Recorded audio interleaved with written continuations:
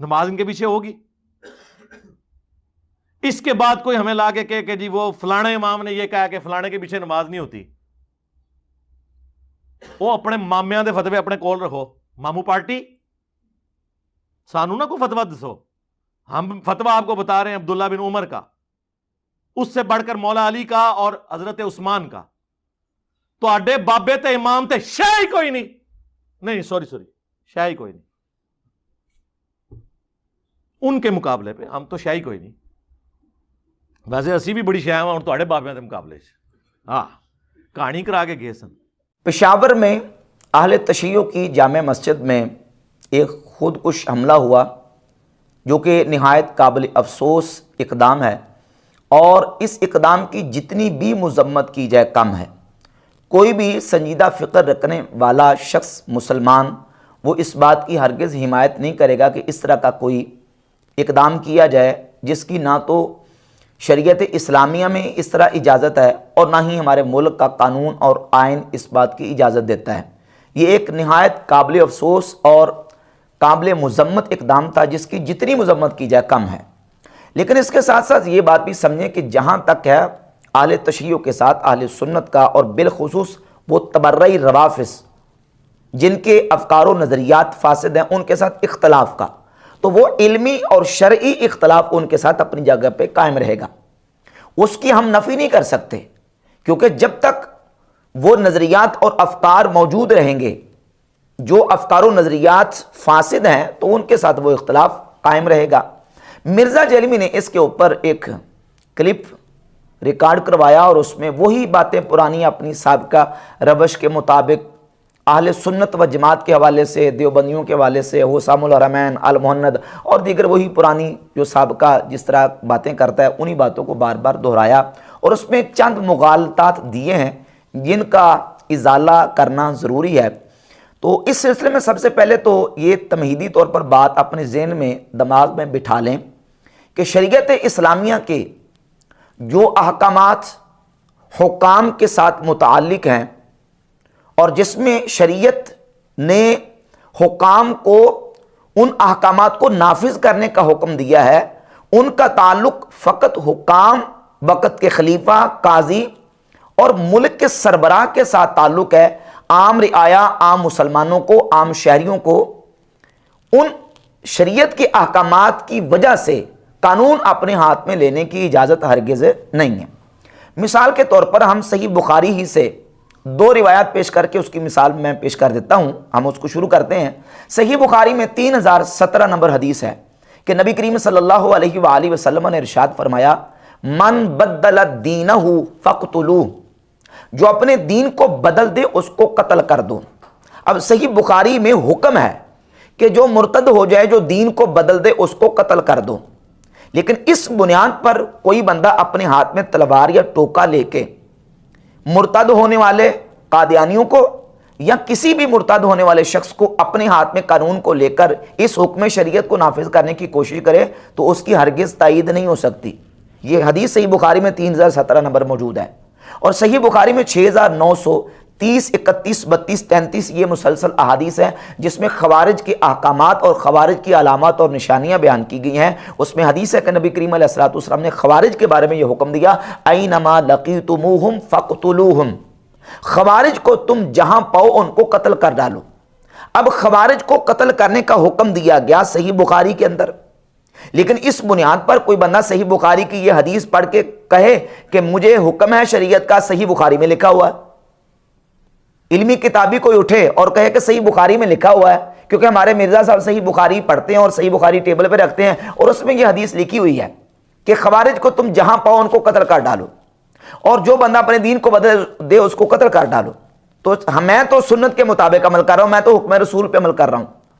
تو اسے یہ دیکھنا چاہیے کہ یہ حکم رسول جو ہے وہ حاکم وقت اور قاضی کے لیے ہے, یہ عام لوگوں کو حکم نہیں ہے. اب اسی کے ضمن میں یہ بات بھی سمجھ لیں, مرزا جیلمی حسام الحرمین کو بار بار لہرا کے اور اس کا بار بار ڈسپلے دکھاتا اور کہتے تھے کہ حسام الحرمین میں مولانا احمد رضا بریلوی نے جو نا وہ جن مولویوں کے اوپر فتویٰ دیا ان کے بارے میں یہ حکم شرع جاری کیا اور کہا کہ جو گستاخان رسول ہیں ان کو قتل کر دیا جائے, حالانکہ قتل کا تو مسئلہ بھی نہیں لکھا. وہ حکم شرع لکھا ہے گستاخان رسول اور شاتمان رسول کے لیے کہ جو نبی کریم علیہ الصلوۃ والسلام کی گستاخی اور توہین کرتا ہے، حضور علیہ الصلوۃ والسلام کی توہین کرنے والا شخص اگر تو پہلے کلمہ پڑھتا تھا تو مرتد ہو گیا، اب مرتد ہونے کے بعد اس کی سزا قتل ہے، اس کے اوپر پوری امت متفق ہے کہ گستاخ رسول کی سزا قتل ہے۔ لیکن اب یہ جو حکم شریعت ہے قتل کرنے کا، یہ نافذ کس نے کرنا ہے؟ اس کو جاری کس نے کرنا ہے؟ اس کو جاری وقت کے حاکم نے کرنا ہے، خلیفۃ المسلمین قاضی نے کرنا ہے۔ اور اس بات کی صراحت امام اہل سنت شاہ امام احمد رضا خان محدث بریلی رحمۃ اللہ تعالی علیہ نے اسی کتاب کے صفحہ نمبر 103 پر کر دی۔ یہ صفحہ ذرا ڈسپلے کریں، یہی نسخہ دکھاتا ہے۔ صفحہ نمبر 103 پر لکھتے ہیں کہ جان لیجئے کہ دنیا میں گردنیں مارنا یعنی قتل کر دینا اور قصاص لینا یا حکم شریعت نافذ کرنا، دنیا میں گردنیں مارنا بس حکام ہی کے سپرد ہے، نہ عام رعایا کے۔ جس طرح آخرت میں عذاب دینا صرف ذوالجلال والاکرام کے ہاتھ ہے، اور لوگ جو سلاطین و حکام کے سوا ہیں ان کا فرض فقط زبان سے اور بیان سے جھڑکنا اور اہل اسلام کو شیاطین کے میل جول سے بچانا ہے اور کام حکام تک پہنچانا ہے۔ اللہ تعالیٰ کسی جان کو تکلیف نہیں دیتا مگر اس کے بوتے بھر، بلکہ حقیقتاً فقہائے کرام نے کتب فقہ میں مسرہ ارشاد فرمایا ہے کہ جس مرتد کو بے حکم بادشاہ قتل کر دے اسے بادشاہ سزا دے۔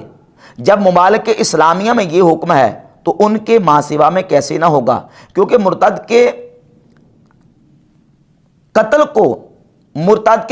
کو غیر مسلم حکام یقینی قتل کر دیں گے، تو اس قتل مرتد میں اپنے ہاتھوں اپنی جان کو ہلاکت میں ڈالنا ہے، اور اللہ عز و جل فرماتا ہے اپنے ہاتھوں اپنی جان ہلاکت میں نہ ڈالو اور اپنے نفس مسلم کو ایک کافر جان کے عوض قتل کے لیے پیش کرنا ہے۔ تو وہ تو صاف واضح طور پر اسی حسام الحرمین میں لکھ رہے ہیں کہ کسی شخص کے لیے جائز نہیں کہ وہ قانون کو ہاتھ میں لے اور یہ جو احکام شریعت حکام کے لیے ہیں ان کو اپنے ہاتھ سے اٹھا کے نافذ کرنا شروع کر دے۔ تو جہاں تک بات تھی حکم شریعت کی نافذ کرنے کی وہ تو بالکل کلیئر ہے۔ اب مسئلہ آ گیا روافض کے ساتھ علمی اختلاف کا۔ یہاں مرزا نے بہت زیادہ مغالطہ دینے کی کوشش کی ہے۔ بنیادی طور پر یہ بات سمجھیں کہ مرزا جیلمی روافض کی جس انداز سے سائڈ لیتا ہے وہی رافضیوں والی بولی بولتا ہے، اور ائمہ اہل سنت و جماعت کو یہ نعوذ باللہ تعالیٰ ناسبی قرار دیتا ہے۔ اور پیچھے اس نے باقاعدہ ایک کلپ بھی اپلوڈ کیا تھا کہ شیخ عبد القادر جیلانی گستاخ اہل بیت تھے، نعوذ باللہ ناسبی تھے، اور کہا کہ شیخ عبد القادر جیلانی وہ اپنی جو سنیت سے باہر نہیں آ سکے، یعنی جو سنیت کا دائرہ ہے اہل سنت کا اس دائرے سے باہر نہیں آ سکے، اور ان میں ناسبیت کی بو آتی تھی۔ اور یہی کام ہوا ہے غنیت الطالبین میں، جس کی طرف میں نے اشارہ کیا تھا کہ شیخ عبد القادر جیلانی اگرچہ سید تھے لیکن وہ اپنی اس سنیت سے باہر نہیں آ سکے۔ اور میری کئی بریلوی علماء سے بات ہوئی ہے نجی محفلوں میں نے انہیں کلیئر کٹ کہا، میں نے کہا جی ان میں ناسبیت کی بو ہے، سیدھی سی بات ہے۔ ہم نے اہل بیت سے آگے کون ہے؟ اہل بیت کی جوتیوں کی خاک کے برابر بھی نہیں کوئی ہو سکتا۔ بھئی اگر صحابہ کا دفاع کرنا اور دشمنان صحابہ کا رد کرنا یہ ناسبیت ہے تو نعوذ باللہ تعالیٰ پھر سارے سنی ہی ناسبی ہوں گے، کیونکہ اہل سنت و جماعت کا عقیدہ اور نظریہ تو بالکل واضح ہے کہ وہ صحابہ اکرام کا دفاع کرتے ہیں اور صحابہ اکرام کے دشمنوں کا رد کرتے ہیں۔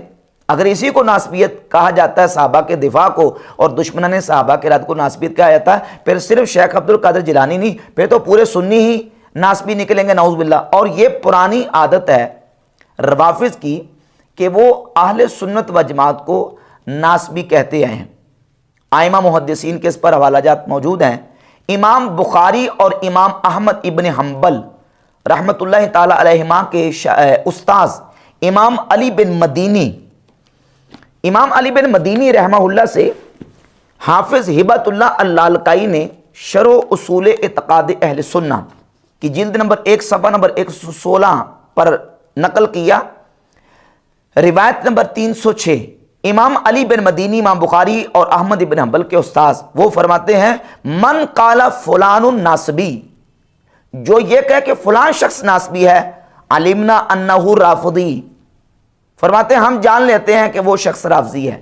یعنی اہل سنت کو ناسبیت کا تانا دینا یہ رافضیوں کی پرانی عادت ہے، اور امام بخاری اور احمد ابن حنبل کے استاد علی بن مدینی فرماتے ہیں کہ یہ طریقہ رافضیوں کا ہے، اور اس کو نقل کیا حافظ ہبت اللہ اللالکائی نے شرح اصول اعتقاد اہل سنت کی جلد نمبر 1 صفحہ 116 پر، اور یہ حافظ اللالکائی 418 میں فوت ہوئے۔ اور یہی بات شیخ عبد القادر جیلانی غوث پاک سرکار رحمۃ اللہ تعالی علیہ نے اپنی کتاب غنیۃ الطالبین کی جلد 1 صفحہ نمبر 176 پہ لکھی ہے۔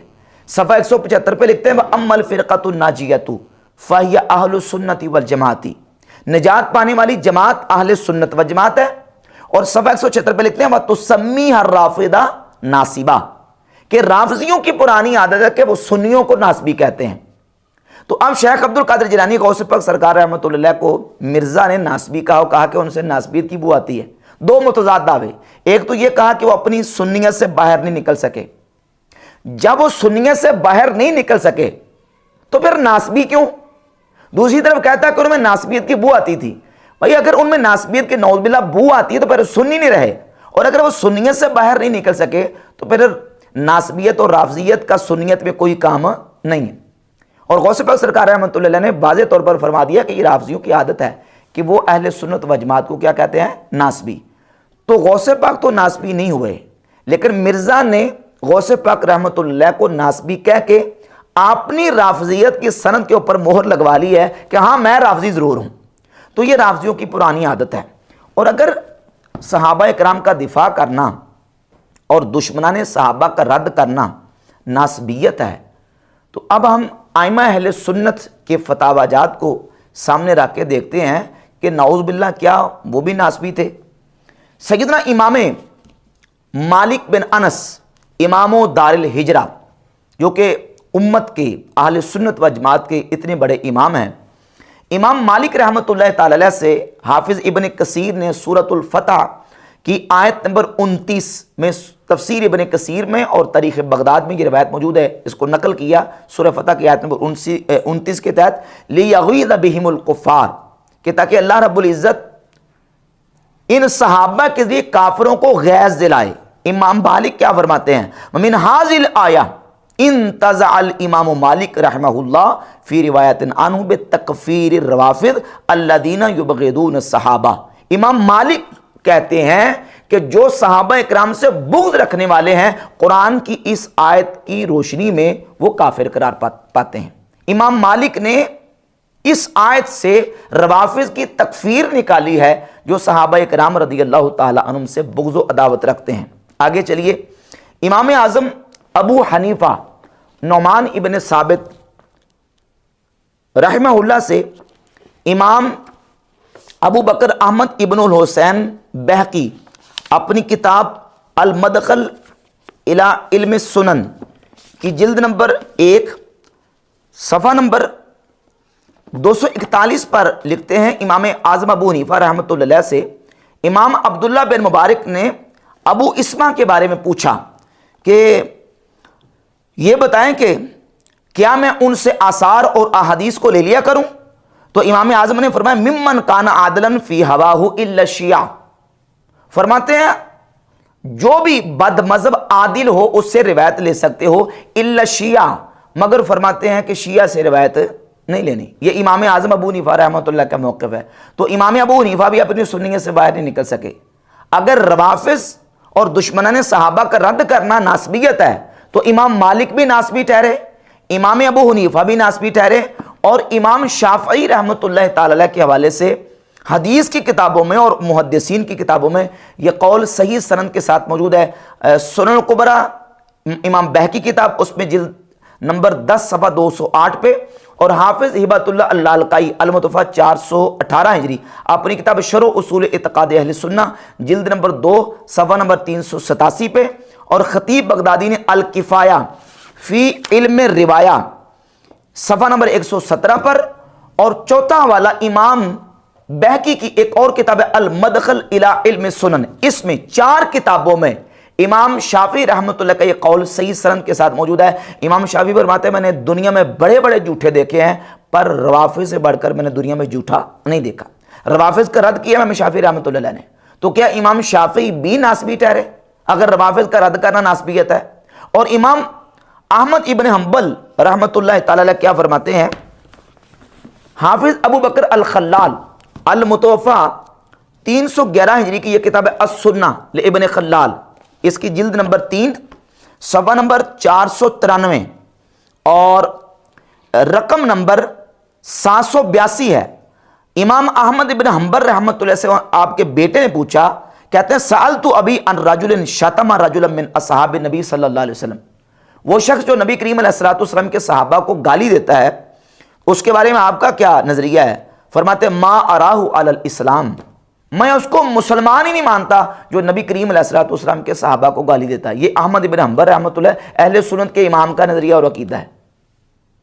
تو روافض کے بارے میں جو نقطہ نظر چاروں اماموں کا ہے وہ آپ سامنے رکھ لیں۔ مرزا کے دعوے کے مطابق تو یہ چاروں امام بھی سنیت سے باہر نہیں نکل سکے، اور اس میں وہ اہل تشیع کا ذکر یہود و نصارہ اور قادیانیوں کے ساتھ کر رہا ہے۔ بھئی یہود و نصارہ اور قادیانیوں کے کفر کے اوپر تو امت کا اجماع ہے، اہل تشیع کے بارے میں آپ نے کس بنیاد کے اوپر تکفیر ان کی؟ ان کے بعد چلے امام بخاری رحمۃ اللہ کا حوالہ، یہ کتاب ہے امام بخاری کی خلق و افعال العباد، دارالکتب العلمیہ بیروت لبنان سے چھپی ہے۔ اس کے صفحہ نمبر 11 رقم نمبر 40 پر امام بخاری روافض کے بارے میں اپنا نقطہ نظر اور نظریہ بیان کرتے ہیں۔ فرماتے ہیں ما ابالی صلیت خلف الجہمی الرافضی ام صلیت خلف الیہود والنصارہ، رافضیوں کو امام بخاری نے یہود و نصارہ کے ساتھ ملایا ہے۔ مرزا صاحب رونار ہو رہے تھے کہ جناب وہ یہودیوں عیسائیوں کے ساتھ ملا دیتے ہیں، کس نے ملایا ہے؟ کہ امام بخاری نے ملایا ہے۔ خلق و افعال العباد، ان روافض کو جو صحابہ کرام رضی اللہ تعالیٰ عنہ کو برا کہتے ہیں اور صحابہ کرام رضی اللہ تعالیٰ عنہ کے بارے میں تانو تشنیع کرتے ہیں، امام بخاری فرماتے ہیں مجھے کوئی پرواہ نہیں ہے، میں برابر سمجھتا ہوں میں کسی رافضی کے پیچھے نماز پڑھوں یا کسی یہودی یا عیسائی کے پیچھے نماز پڑھوں، یہودی اور عیسائی کے پیچھے نماز پڑھنا اور رافضی کے پیچھے نماز پڑھنا میرے نزدیک برابر ہے۔ ولا یسلم علیہم، فرماتے ہیں ان کو سلام بھی نہ کیا جائے، ولا یعادون، اور وہ بیمار پڑ جائیں تو ان کی عیادت بھی نہ کی جائے، ولا یناکحون، اور ان کے ساتھ نکاح نہ کیا جائے، ولا یشہدون، اور ان کے جنازوں میں شریک نہ ہوا جائے، ولا توکل ذبائحہم، اور روافض کا ذبیحہ نہ کھایا جائے۔ یہ کس کا نظریہ؟ امام بخاری رحمۃ اللہ علیہ کا۔ کہتا ہے یہ میں صحابہ کی بات کرتا ہوں اور یہ اماموں کی بات کرتے ہیں، یہ اپنے مامے اپنے کو رکھو، اماموں کو مامے کرا دیتا اور یہ ہے ہمارے امام بخاری رحمۃ اللہ علیہ۔ امام بخاری فرماتے ہیں رافضیوں کے پیچھے نماز پڑھنا میرے نزدیک یہود و نصارہ کے پیچھے نماز پڑھنا برابر ہے۔ آگے چلیے، امام مسلم رحمۃ اللہ تعالی علیہ نے صحیح مسلم کے مقدمہ میں روایت نمبر 27 ذکر کی، اور امام محمد بن سیرین رحمۃ اللہ تعالی علیہ کا قول ذکر کیا کہ امام محمد بن سیرین فرماتے ہیں لما وقعت الفتنہ تو قالوا سموا لنا رجالکم، جب فتنہ واقع ہوا تو صحابہ تابعین نے کہا کہ رجال کا ذکر کرو، حدیث کی سند کے اندر جو راوی ہے اس کا بیان کرو کہ وہ کون روایت کرنے والا۔ فینظروا الی اہل السنۃ فیؤخذ حدیثہم، دیکھا جاتا کہ وہ روایت بیان کرنے والا اہل سنت ہے تو اس کی حدیث کو لیا جاتا، وینظروا الی اہل البدع فلا یؤخذ حدیثہم، اور اگر وہ سنی نہیں ہوتا تھا تو اس کی حدیث کو قبول نہیں کرتے تھے۔ تو اس کا مطلب یہ نکلا کہ امام مسلم بھی اپنی سنیت سے باہر نہیں نکل سکے۔ جب سنیت سے باہر نہیں نکل سکے تو پھر ان کو تانا کیا دیں گے؟ ناسبیت کا دیں گے۔ غوث پاک سرکار رحمۃ اللہ کے بارے میں کہتا ہے سنیت سے ہی نہیں نکل سکے، ان میں ناسبیت کی بو آتی تھی۔ بھائی کیوں؟ دلیل کیا ہے؟ ثبوت کیا ہے؟ ان کے بارے میں اتنا بڑا جھوٹا دعویٰ تم نے کیا ہے، ثبوت کیا ہے؟ اگر تو ثبوت یہ ہے کہ انہوں نے روافض کا رد کیا ہے، انہوں نے دشمنان صحابہ کا رد کیا ہے، تو دشمنان صحابہ کا رد تو سارے سنی کرتے آ رہے ہیں۔ امام مالک، امام شافعی، امام احمد بن حنبل، امام ابو حنیفہ رحمۃ اللہ، امام بخاری، امام مسلم، اور میں درجنوں بیسیوں حوالے پیش کر سکتا ہوں بحمد تعالیٰ کہ دشمنان صحابہ اور روافض کا رد تو اللہ کے فضل و کرم سے اہل سنت کے ائمہ ذکر کرتے ہیں۔ اور پھر یہ کہتا ہے اپنے اماموں کو کہتا ہے اپنے مامے کو رکھو، میں صحابہ کی گل کرتا ہوں، اماموں کو مامے قرار دے کے کہتا ہے اپنے مامے کو رکھو، میں صحابہ کی بات کرتا ہوں۔ اور صحابہ کی بات کیا کرتا ہے؟ اس میں سیدنا عبداللہ ابن عمر رضی اللہ تعالیٰ کے حوالے سے سنن الکبریٰ امام بہقی کی کتاب سے حوالہ پیش کیا کہ عبداللہ بن عمر رضی اللہ تعالیٰ عنہ خوارج کے پیچھے نماز پڑھا کرتے تھے۔ تو صحابہ کرام کا طریقہ تو یہ تھا کہ وہ خوارج کے پیچھے نماز پڑھتے تھے۔ اب یہاں میرا سوال مرزا سے ہے، میں ابھی خلق و افعال العباد کا حوالہ پیش کر چکا ہوں کہ امام بخاری رحمۃ اللہ فرما رہے ہیں کہ روافض کے پیچھے نماز پڑھنا اور یہود و نصارہ کے پیچھے نماز پڑھنا میرے نزدیک برابر ہے۔ اب رہ گئی بات سیدنا عبداللہ بن عمر رضی اللہ تعالیٰ کی علی سبیل تنزل، اس روایت کی بات کریں سنن کبری بہقی کی، پہلی بات تو یہ ہے کہ یہ سمجھیں جن خوارج کی اس روایت میں بات ہو رہی ہے وہ عامر بن نجدہ حروری کی بات ہو رہی ہے۔ خوارج کے 5 گروہ ہیں، عبادیہ، حروریہ، ازارقہ، نہروانیہ اور نجدات۔ یہ جو نجدات ہیں بنیادی طور پر خوارج سے ان کی انفرادیت ہے وہ یہ کہ یہ باقی مسلمانوں کی تکفیر نہیں کرتے۔ نجدات نہ تو صحابہ کرام کی تکفیر کرتے ہیں اور نہ ہی باقی مسلمانوں کی تکفیر کرتے، باقی ان کے نظریات وہ عقائد و نظریات خوارج والے تھے، وہ تکفیری نہیں تھے۔ پہلی بات تو یہ ہے کہ چونکہ اس وقت وہ زمانہ وہ عامر بن نجدہ حروری کا تھا جس زمانے کی یہ روایت ہے، لیکن اس روایت کی ہم جب اسنادی حیثیت کو دیکھتے ہیں تو یہ روایت صحیح نہیں ہے۔ مرزا صاحب کو چیلنج ہے، اگر مرزا میں کوئی علمی دامخم اور مرزا کے کسی چیلے چمچے اور کسی فالور میں دامخم ہے تو سامنے آئیں اور اس روایت کو صحیح ثابت کریں۔ اس روایت میں عبداللہ بن عمر کے شاگرد نافع سے بیان کر رہے ہیں یونس بن عبید۔ یونس بن عبید مدلس ہے اور وہ مدلس ہیں کہ یہ فتح المبین کتاب ہے مرزا جلمی کے بابا زبیر الزئی کی، اس کتاب کے صفحہ 48 پر لکھا ہے کہ یونس بن عبید وہ طبقہ ثالثہ کے مدلس ہیں۔ پہلی بات تو یہ، اور اس روایت میں یونس بن عبید نافع سے ان کے ساتھ روایت کر رہے ہیں۔ لوگوں کو پٹی یہ پڑھاتا ہے اور جناب ڈڈورا پیٹتا ہے کہ ان والی روایت مقبول نہیں ہے، ان والی روایت مدلس کی ان والی روایت ضعیف ہوتی ہے، تو یہ ان کے ساتھ ہے اور وہ بھی طبقہ ثالثہ کا۔ تمہارا بابا زبیر الزئی کہہ رہا ہے یونس بن عبید کو طبقہ ثالثہ کا مدلس ہے۔ اور پھر اگلی بہت بڑی اس میں جو علت اور کمزوری ہے اس روایت کے اندر وہ ہے کہ یونس بن عبید نے نافع سے سنا ہی نہیں ہے، یونس بن عبید کا نافع سے سماع ثابت نہیں ہے، اور اس پر بڑے بڑے اجلہ ائمہ محدثین اور نقاد علماء کے حوالہ جات موجود ہیں۔ اس میں سے میں آپ کے سامنے پیش کرتا ہوں، یہ حافظ صلاح الدین کیکلدی المتفا 761 ہجری کی کتاب ہے جامع التحصیل فی احکام المراسیل، مرسل روایتوں کے احکام کے بیان میں یہ کتاب۔ اس کتاب کے صفحہ نمبر 377 پہ حافظ علاء الدین کیکلدی نے امام احمد ابن حنبل رحمۃ اللہ سے ذکر کیا کہ امام احمد بن حنبل فرماتے ہیں لم یسمع من نافع شیئا، یونس بن عبید نے نافع سے کچھ بھی نہیں سنا۔ یونس بن عبید کا حضرت نافع سے حدیث سننا ہی ثابت نہیں ہے۔ اور اسی طریقے سے امام بخاری، امام احمد ابن حنبل، امام ابو حاتم اور امام ابو داؤد رحمہم اللہ، ان تمام ائمہ سے ثابت ہے، صراحت کے ساتھ انہوں نے لکھا ہے کہ یونس بن عبید کا نافع سے حدیث سننا ثابت نہیں ہے۔ یہ میرے پاس کتاب ہے تقریب التہذیب کے نام سے، اس میں جو ہے وہ 5 کتابیں جمع ہیں، اور اس میں یہ واضح طور پر امام ابو زرہ کی مراسیل جو ہے اس کے حوالے سے صفحہ نمبر 687 پہ لکھا ہے کہ احمد ابن حنبل فرماتے ہیں لم یسمع من نافع شیئا انما سامع من ابن نافع عن ابیہ، یونس بن عبید نے نافع سے کوئی حدیث نہیں سنی، نافع کے بیٹے سے سنی ہے۔ وقال یحییٰ بن معین وابو حاتم لم یسمع منہ شیئا، امام ابو حاتم اور یحییٰ بن معین کہتے ہیں کہ یونس بن عبید نے نافع سے کچھ بھی نہیں سنا۔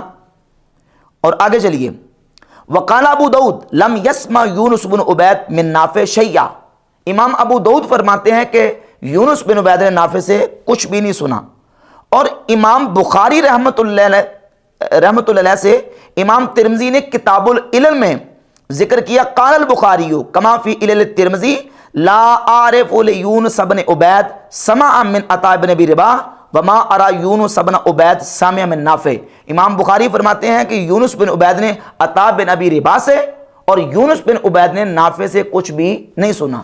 تو یونس بن عبید کا نافع سے حدیث سننا ہی ثابت نہیں ہے، یہ حدیث ہی ضعیف ہے، بلکہ مرزا کی زبانی یہ جعلی حدیث ہے، جعلی روایتیں پیش کر کے تم ثابت کر رہے ہو کہ صحابہ کرام جب وہ خوارج کے پیچھے نماز پڑھتے تھے، جبکہ یہی عبداللہ بن عمر رضی اللہ عنہ سے صحیح سند کے ساتھ ثابت ہے جامع ترمذی میں کہ کسی نے آگے کہا کہ فلاں بندہ آپ کو سلام کہتا ہے تو عبداللہ بن عمر نے کہا میری طرف سے اس کو سلام نہ کہنا، انی سمیت قد احدث، مجھے پتہ چلا کہ وہ بد مذہب ہو گیا۔ یہ عبداللہ بن عمر کا نظریہ ہے۔ اور المستدرک علی الصحیحین میں امام حاکم نے اس روایت کو ذکر کیا کہ عبداللہ بن عمر رضی اللہ تعالیٰ عنہ کو خط بھیجا، ایک شخص نے، وہ بد مذہب ہو گیا تھا، تو آپ نے اس کو خط کا جواب نہیں دیا، وہ کہا کہ دوبارہ مجھے خط نہ لکھنا۔ اور عبداللہ بن عمر رضی اللہ تعالیٰ عنہ تو بد مذہب کو سلام نہیں کرتے تھے، اور یہ ثابت کر رہا ہے کہ عبداللہ بن عمر رضی اللہ تعالیٰ عنہ خوارج کے پیچھے نماز پڑھتے تھے۔ اور کس روایت سے ثابت کر رہا ہے؟ اس کی زبانی جعلی روایت سے ثابت کر رہا ہے۔ سنن کبریٰ بیہقی کی یہ روایت جعلی ہے۔ مرزا کے فالورز میں اگر ہمت ہے تو مرزا سے اس کا جواب لیں کہ جعلی حدیثیں پیش کر کے صحابہ کرام کے حوالے سے یہ ثابت کر رہے ہو کہ وہ بد مذہبوں کے پیچھے اور خوارج کے پیچھے نماز پڑھتے تھے، اور ان خوارج کے پیچھے جن کے بارے میں نبی کریم علیہ الصلوۃ والسلام نے فرمایا کہ یہ جہنم کے کتے ہیں۔ اور صحیح بخاری میں حدیث یہ ہے کہ بد مذہب کی اپنی نماز قبول نہیں ہوتی، بد عقیدہ بدعتی کی اپنی نماز قبول نہیں ہوتی۔ جب بدعتی کی اپنی نماز قبول نہیں ہے تو اس کے پیچھے کسی کی کیا قبول ہوگی؟ اس کے علاوہ دیگر بہت سارے دلائل بحمد تعالیٰ موجود ہیں۔ تو علمی اختلاف اپنی جگہ پہ ہے، باقی یہ ہے کہ ہم یہ جو اقدام ہوا ہے پشاور میں اہل تشیع کی جامع مسجد میں خودکش حملے کا، ہم اس کی بھرپور مذمت کرتے ہیں۔ یہ سخت مذمت کے قابل عمل ہے، اس کی کوئی بھی مسلمان تائید کرنے کے لیے تیار نہیں ہے۔